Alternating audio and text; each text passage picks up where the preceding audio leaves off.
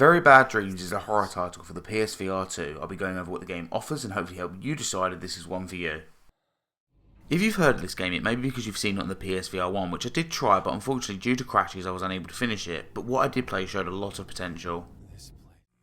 First off, there is a story. Your sanity is slowly slipping and your reality is becoming a blur. There is more to it, but I wanted to keep it vague as it really picks up and it's definitely worth experiencing. During your playthrough, you'll find various notes that have a lot of scribbles and writing on them. These offer some additional story while also being a bit of a collectible which can be viewed in a book. Overall, it's a decent story that is told throughout the world and not so much the dialogue, which I think worked really well.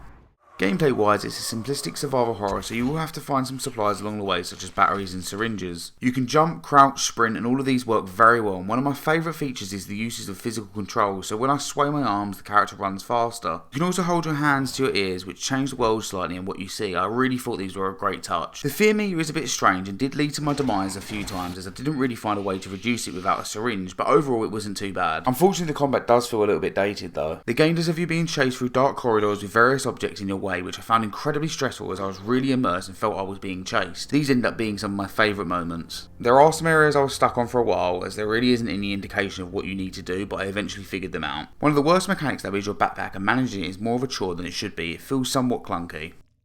Let's discuss graphics and performance. First off, the graphics are okay. The textures that have had attention to detail look fine, but there are a lot of various objects in the environment that are missing this detail. The enemies and characters look fine, but the way they move seems a little bit dated. Performance wise, I had no issues with crashes, but during the first combat scene there were some slight frame drops.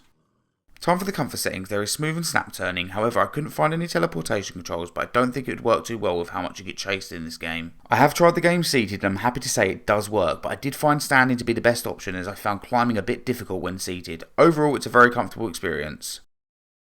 Overall, Very Bad Dreams offers something a lot of horror games don't, and that's multiple fear factors, and by this I mean if you're scared of spiders, being chased through dark corridors, or if you have a fear of zombies or certain enemies jumping at you, this game has it. There are so many different things in this game that tap into what can scare someone, and I think there is enough to make everyone jump at least once. Although some of the components of this game are dated, there was a lot of it that I enjoyed as well during my playthrough. So, should you get this game? Well, if you like horror there is definitely a lot here, but you also have to push past some annoying mechanics, which fortunately I managed to do. However, if you don't like horror, avoid this one at all cost.